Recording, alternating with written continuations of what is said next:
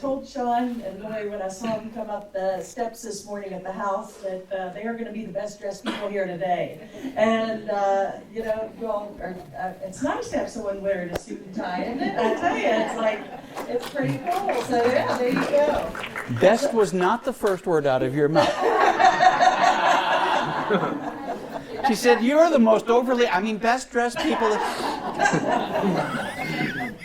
And it brings a new level of class to our center. So for that, you know, we're all going to have to bump it up a bit. I'm getting my jeans on. No, I like it. So anyway, I'm so thrilled that today is finally here and that we get to hear your wonderful message. And you're just a wonderful guy. Ellen and I were talking last night just how much we love you guys, and you're just we awesome. love you too. So we thank you for coming, and I look forward to this. I'm going to turn it over to you. So let's welcome Sean O'Shea. Thank you.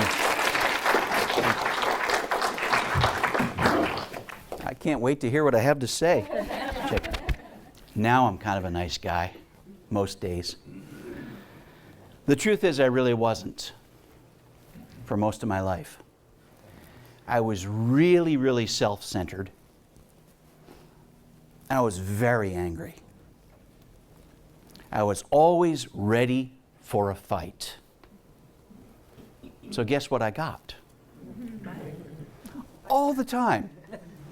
I can't imagine why there's so much conflict all the time. Everybody's out to get me. Everybody wants to argue. Yeah, well, keep that up.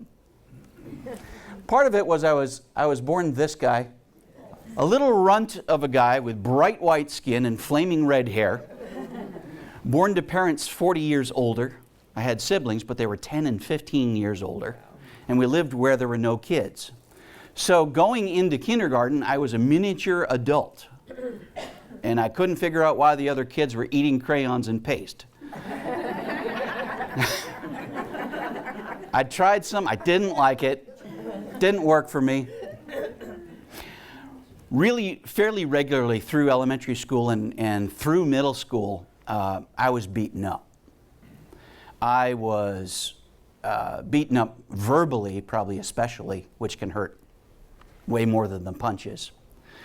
I was shoved in mud puddles. I was stuffed in lockers. A lot of times the guys would pick on me too, which is really embarrassing.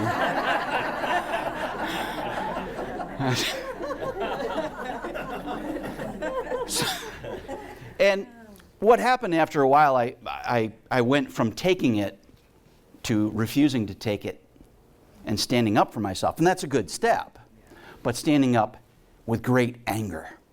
I'm going to get these people. I'm going to, you know. And so I was always ready for the fight.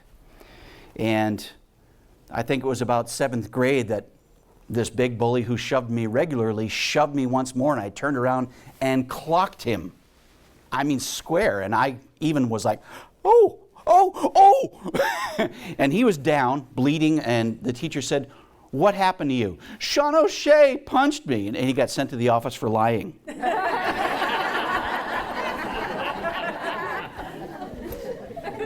But I did discover music and acting.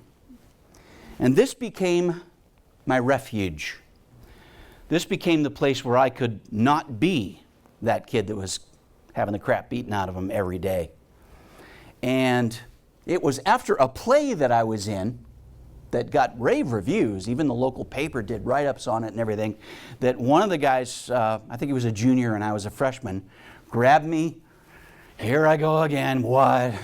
Hey, you were funny last night. He put me down. I thought, ooh, so humor can save your life. Good. So then I started intertwining humor into everything. Too much of everything, I might say. I didn't know when to back off of that. Sometimes I still wrestle with that, honestly.